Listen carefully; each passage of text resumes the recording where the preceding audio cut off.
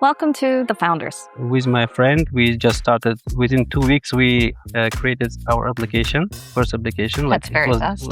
MVP. It really worked. They really like it. We have now more than 80 customers. So we have customers even from Africa. We raised 200,000. ITPAC Ventures and United Ventures. Why we came to Uzbekistan is because it has such a massive potential for business. And the market isn't overly saturated yet in tech and media. We need to solve the problem, not the solution. So we need money. we need customers. Did we run out of money?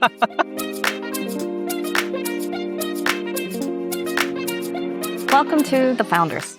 Joining me today, we have Rachael, Timour, and Ruslan from SmartCast and SmartCast Media. Thank you, everybody, for joining me. Thank you for having us. Excellent. Now, I've been waiting for this for a long time to talk to you guys and get your story out there.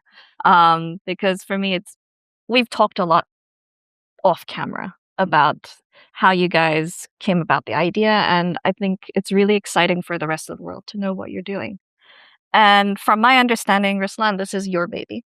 Yes. Can you tell me a little bit about how you came up with the idea for SmartCast and really what made you push forward with it? Okay, well, so my story will be is very similar to others. Mm-hmm. First we started creating our IT company for outsourcing because everyone starts from this. The idea was we get some fundings by earning some money, and then after that we invest in some product. But it is never ending process. When you do some project for outsourcing, it will never end. Yeah. So actually we couldn't really find a way to quit it, but we always heard some problems from our customers. They say their problems, and one of them was from Bellissimo. Our first customer, they said they have a problem of managing their screens on venues because they are showing their digital menus on their restaurants, fast food restaurants. And I heard this problem from many other companies also. I heard this, and I really decided to solve this problem and create some application for it. It was really a challenge for me, and I really decided to solve this problem. And I took some time off from my job because I was still working on some other company also. And with my friend, we just started. Within 2 weeks, we created our first application. That's very it was fast. MVP, and we start testing on Bellissimo, one branch, and it really worked. They really like it. And from that time, we started our project. Because before that, they were probably using USBs to get the images or the videos up on the screens, right? Yeah, exactly. They were doing it manually. In each branch, they have own managers who will take care of this uploading the video on the flash drive and then putting it on TV. It always required much time, and there is a human factor because they can upload some other files also. And it also took some time because you cannot plan in advance because some holidays are coming. You have to run your new promotions, so you cannot plan in advance. Always it will take some time, and there was their headache, their problem. So we decided to solve this, and we really found that maybe this problem is also some other companies similar to Bellissimo will have the same problem. Yeah. So we decided to solve this. So the fact that you had Bellissimo as one of your first customers is quite incredible because it's not a small company or franchise to work with. Yes. And from there, how long did it take you to really grow your customer base? Actually, after a successful MVP, we really need some time to upgrade it because it was very rough. Very simple application, but we couldn't have enough time to do it because we were still doing outsourcing, and we decided to participate in Aloka Tech acceleration program, and we thought like it was the best thing for us to really increase our customer base and like improve on our sales. It will push us like to do more on this project. And actually after that, after completing acceleration program, we got investment, our first investment, and after that we started really working hard on increasing our customer base. And I think it took about two years to increase our customer base. And how many customers do you currently have? We have now more than 80 customers. And not only in Uzbekistan. Yeah, yes, we have like customers even from Africa, from Kyrgyzstan, Kazakhstan. And now we are like getting some contracts with Tajikistan, and we also have in Saudi customers. And that's how I kind of first heard about you guys, was because you'd attended Leap in Riyadh last year. Yes, we did. Not Leap. Leap? No, Was it Leap? it's Biban. Biban. We have Yes. attended to Biban. You had attended Biban and Muzaffar. Muzaffar there, and then he said you guys should definitely talk to Tony. And Yes. that's where we are. He introduced me to you first, and then we have the relationship since then. Yeah, it's been 6 months now since I've known you guys. Wow. Time flies. Yes. And now I'm actually curious about how you all started working together. Started with Timour. I was in the background somewhere. Timour, you've been in over a year, right? Yeah. Helping develop the product. Yes. So when I came back, my good friend Sanjar, actually, who worked with Ruslan, he's good friends with Ruslan as well. He introduced us. I think from the day one, we just clicked with Ruslan straight away. I wasn't really looking for anything. I was just testing the waters, what I can get in this market when we just came back from UK. And Ruslan kind of pitched me his idea, and I was like, I'm on board, let's go. Yeah, So, I think it was a successful pitch. It was. He told me that we have this program, but now we need to turn it into a media company where we can sell ads on our ecosystem. And as if now we have around 5,000 screens managed by our program. So even if we convince about 10% of it to monetize their screens, we will be able to sell ads on those screens and help vendors to monetize there. Yeah. And then on the other side, help advertisers and find another aggregator. That's how we actually came up with this whole the second part of the business, which is SmartCast Media. Yes. Since I was in, and then some commercial planning, marketing planning, that's where Rachael came in. I already knew a lot about the business because, as you know, me and Timour are married. So Timour was telling me a lot about what was happening in the business, and sometimes we were throwing ideas back and forward, and that became more and more frequent. And I would try and help out with things like the website, because my background is in marketing and branding as well. And then officially, I think it was about 6 months ago, we decided that I would come and join the business as well, and try and put more strategy into place and see how communications could be improved as well, and actually defining what our product was. And I actually made a big change initially, which took a little bit of convincing, but we talked about going from a tech-first company to a media-first company as well, because I felt that there was a lot more potential there. We had the basis of the tech, and now we wanted to build the entire ecosystem to complement that. So, and and I've seen actually a trend these days with a lot of tech companies changing from like software as a service to service as a software, which is kind of what you guys are doing now. Yeah, absolutely. And I'm now curious about the challenges that you faced from when you first started and even now. What are the biggest challenges that you are facing as a startup? The first thing, I think like sales managers. We are really struggling to find and hire sales managers. Like if we even find, they are like living in a short time. Mm-hmm. Because big companies already have taken like these good sales managers. Yeah. So for the startup companies like us, really struggling, we have to teach ourselves, prepare them. Like this is the main issue. We High have turnover rate. one of the main. Yeah, to capitalize on what he said.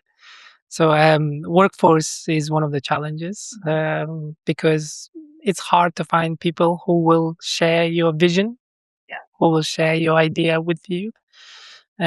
Because like Ruslan said, we cannot afford the person who will kind of share the vision with you, who will take your sales into a next level because they've been like, I don't know, like we need to like hunt them from like banks or any other good companies. They're already in workforce And offer a comparable package. exactly. So that's the challenge of actually startup. So which we are now doing. Actually, we are stepping up on that game. We are now like we have decided instead of like training them always ourselves as well, we need to focus on getting a better maybe work staff as well. So we're solving that problem. For me, it's the education aspect of it. Yeah. So Uzbekistan, this is why we came to Uzbekistan, is because it has such a massive potential for business. And the market isn't overly saturated yet in tech and media. So there's huge opportunity. But it's also a learning game as well, because it is it's at the beginning of really starting to burst and expand. So actually trying to explain to brands why they should put their money into short form strategy and long form strategy. A lot of brands are really focused on immediate response. So, you know, they'll run ads through Meta. Everybody loves to run ads through Meta. But that's only one part of an entire marketing strategy.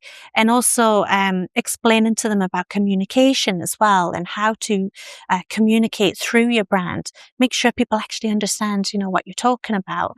With the big brands, they've already nailed it, international brands, but with the local brands, we need that aspect of teaching them how to communicate about the product, how to reach the right audience, how to communicate effectively to that audience, and to get their USPs across. So there's definitely an educational aspect there too. Yeah, I've noticed a similar thing, but not just specifically for branding and marketing, but sales in general. Here. Yeah. Unfortunately, It's true. the long-term vision True story. is necessary. Yeah, I Yeah. mean, the kind of sales that we need at the moment is, you know, someone who's able to talk on a business level to brand managers, to go and talk to brand manager of Coca-Cola, for example. You need to understand what we're trying to do, that you need to understand the tech part of it and how our system works, but you also need to understand brand and communication. So it's very difficult trying to find that kind of talent. Yes, and you guys have been trying to do that education part by yourselves. Yes. But unfortunately, with the high turnover rate, having to redo it every time again, it's other costs that keep adding up. And I think these are costs that a lot of startups incur quite often because obviously as a startup, you don't really have the money available to hire someone who's already capable. Yeah. And it's kind of something that we always have to weigh out. And I think the fact that you are now kind of making that investment and changed kind of the way you're approaching it is more forward thinking than a lot of other startups are willing to put that effort into doing. Yeah. Oh, thank you. And it will pay off, I think, in the long run. Hopefully. Inshallah. Inshallah. Inshallah, yeah. Yeah, even I am fighting for budget, you know, so I'm fighting for budget. I'm saying we need more budget for brand and marketing. It's a massive part. Most companies, they kind of leave it at the last bit. All right, how much have we got left over to market your company? And it's we're also learning, you know, to work with each other, how to work with the local market as well, but how to bring in international expertise too. So getting my hands on the budget, that's one that's another challenge, and making sure that it's going to pay off as well. it's a patience game, because you have the short strategy and the long strategy. And for the longer strategy, it's going to take time to actually see the results of your efforts. Yeah. So, and you need to build up that trust within the branding, the trust within the product's Definitely. capabilities. Yeah. And that's all part of that long future game. Yes. Now, the fact that you brought up the budget, I'm actually curious about the revenue that you guys have, profit margins, financing, and how you're distributing everything within. The money man. The money man. So we are like planning to achieve 25K by the end of this year from SmartCast, and also like we are planning to reach and generate revenue from SmartCast Media. It's already like we are already have set our venues to prepared venues to run advertisement for companies to generate revenue. And so what was question is also financing in terms of how recently you guys have raised $100,000, correct? 200,000 from IT Park Ventures. And how are you allocating that? Yeah. Okay. We raised 200,000. IT Park Ventures and United Ventures, 100 from each. So we have allocated about 40% of it towards actually growing the business and expanding it into international markets, which includes marketing and sales efforts. Yeah, marketing, sales, and everything else. But at the same time, we're also building a SmartCast Media's platform, which is going to be a huge platform where all of the available screens for advertising will be in one platform, and we'll be not only having our own screens, but we will allow anyone with screens willing to monetize their screens to sign up. Obviously, there will be criteria they need to match and everything. They'll be checked, and there'll be moderator who will be doing all of this. But we want to make it automated. So as a brand manager for, let's say, a big company, and let's say a bank, I would log into my platform on SmartCast Media, and I'll be able to choose by locations or even by what's my target audience, and I'll be able to choose separate screens and pay and run it from there by myself and see the results live, how it's happening. So that's what the main building aspect of the money going into as well, because that platform is building. And then we have also allocated some for salaries and how many people do you have on staff at the moment? Sorry for interrupting. We have around 15 to 20. Like 15 to 20, because 15 are in-house, and then we have outsourced contractors as well. And those that you have in-house, are most of them developers or the sales team or creative? Yes, we have account managers, sales managers, like developers, operations, marketing, operations. Excellent. And everybody's local apart from Rachel. Yes, I think so. Yeah. Oh my goodness. Yeah. I'm the international one in the team. Well, that's great that you're providing all these opportunities for the local talent as well to be part of the team and see it growing. Definitely. Yeah.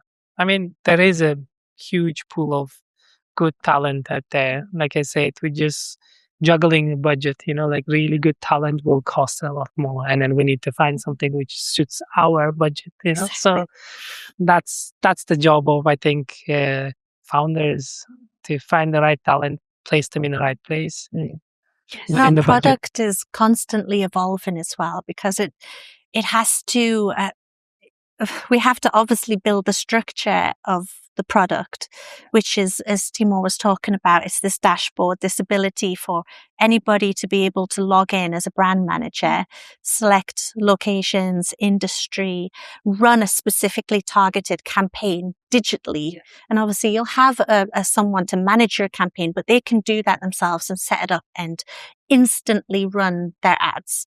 We just need to quickly approve it and then it's up on the screens. So there's that part of the product, which will be available for the vendors, the advertisers, partners, and for us to be able to see the whole ecosystem working. We're building all of that in-house, which is incredible. We have a great team who are able to do that. And then on top of that, we have the AI component, which we are also building, which will give the analytics and the demographics that the marketeers will be really interested in. And there'll be a feedback loop. Yeah, so they'll be reporting as well. And with offline advertising, it's really difficult to actually understand if it's been effective or not. So this AI component is going to take care of that side. And that's been built as well by one Russian, one Uzbek guy, right? Is that right? Yes. They're working on it with their team, who are also our partners.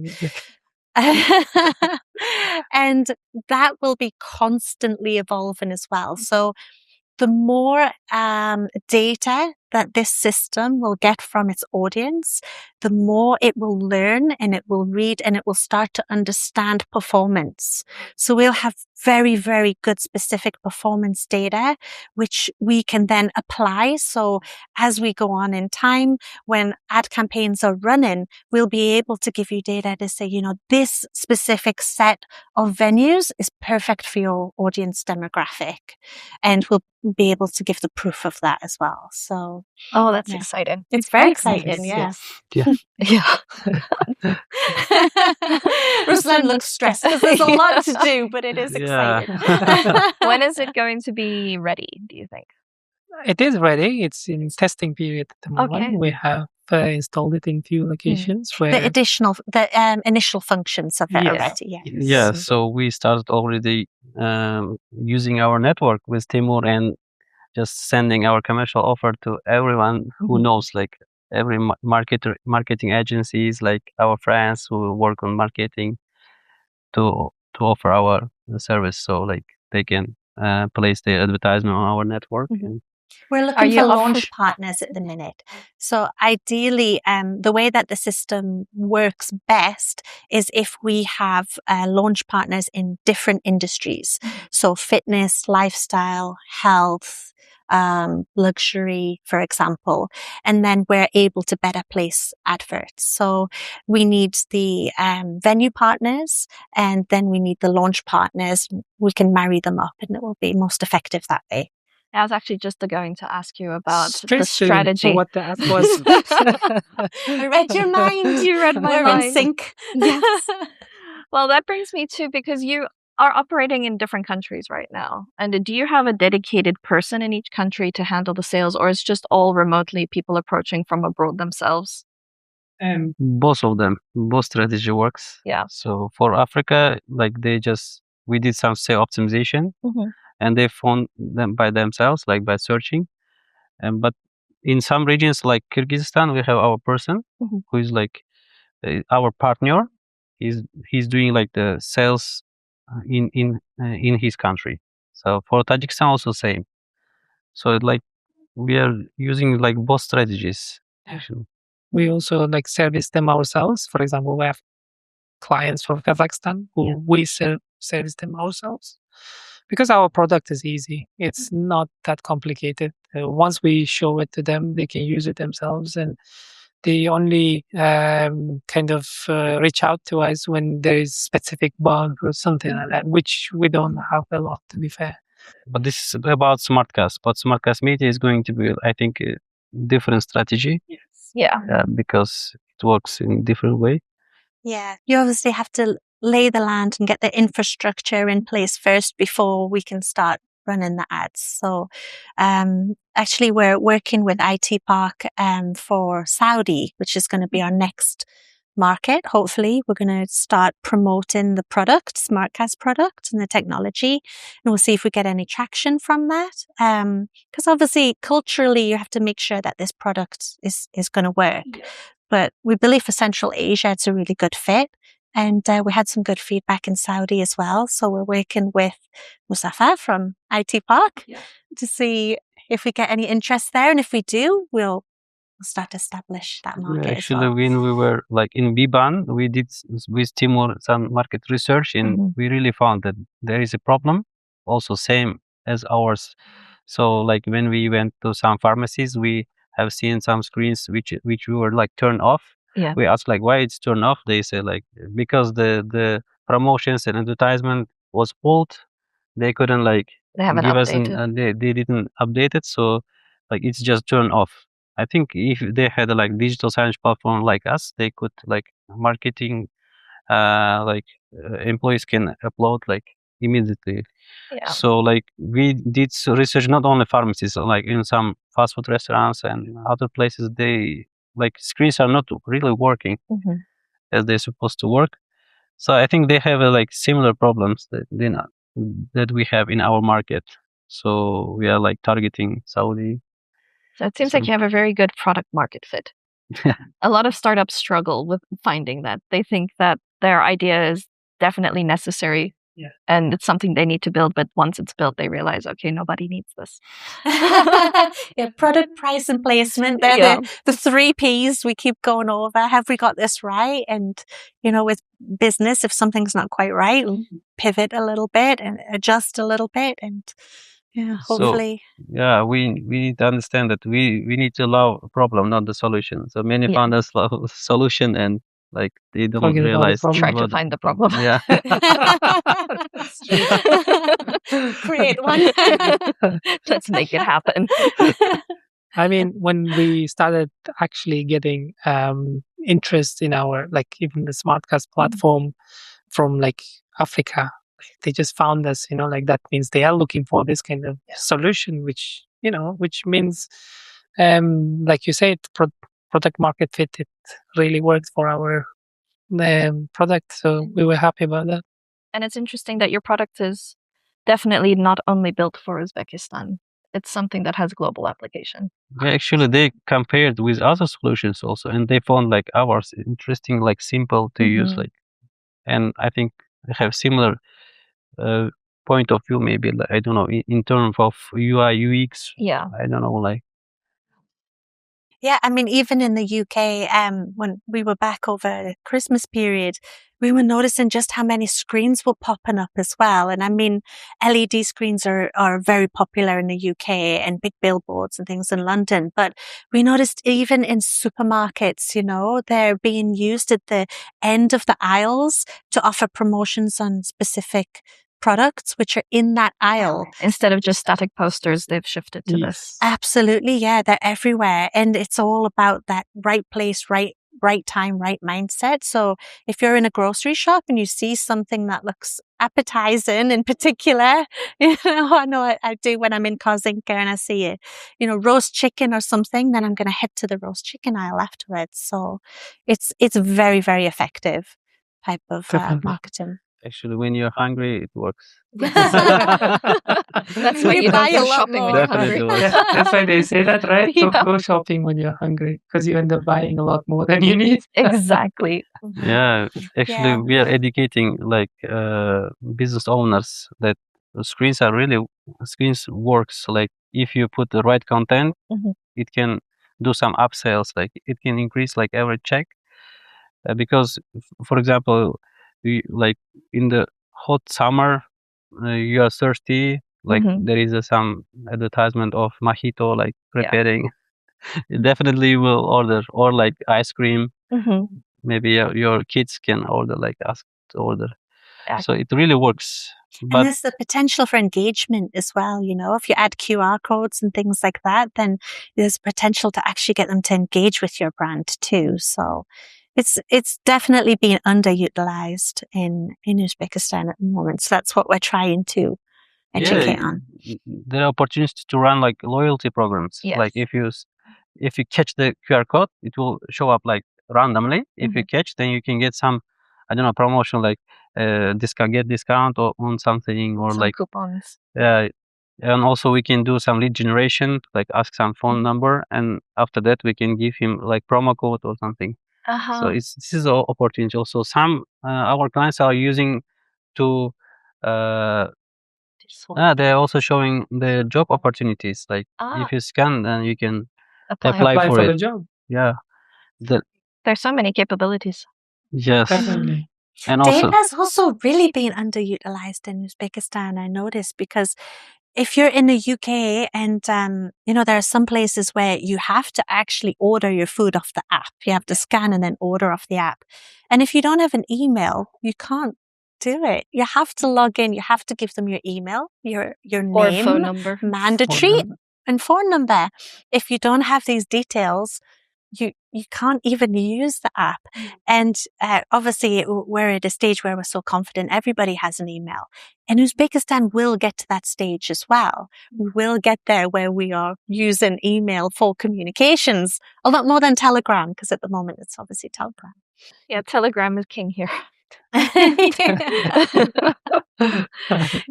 It's messy. It's very messy.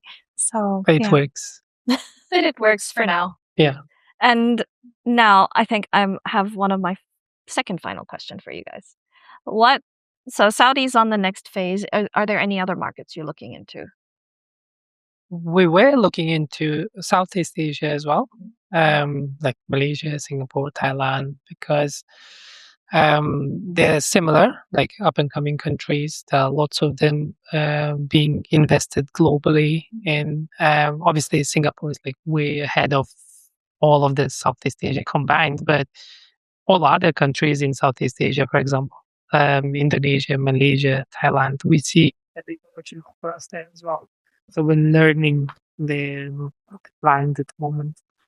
But MENA region and Southeast Asia, obviously Central Asia. Yeah. But with Central Asia, we're covering it for now, and we just need to expand it and grow it. Do you think you would implement similar kind of market entry playbooks? Obviously, every market is a different market, and that's why we have international experts who will be tailoring it to specific market, how to enter it, and how to actually find our positioning in that market. So I don't think it will be exactly the same, but it could be similar. Could be. And now my final question: are you looking for any more investment? Do we need money? no, we need customers. Did we run out already? It's better. And partners. And partners. Yes. At the moment, we're not open for investments, but we're open for partnerships. And for good people, like for sales. Yes. So if you want we're a job, always hiring. Great. Well, thank you everybody for joining me today and for being so open and providing all your insights. I really appreciate it. Thank you for having us. Thank you for the conversation. Excellent. Thank you.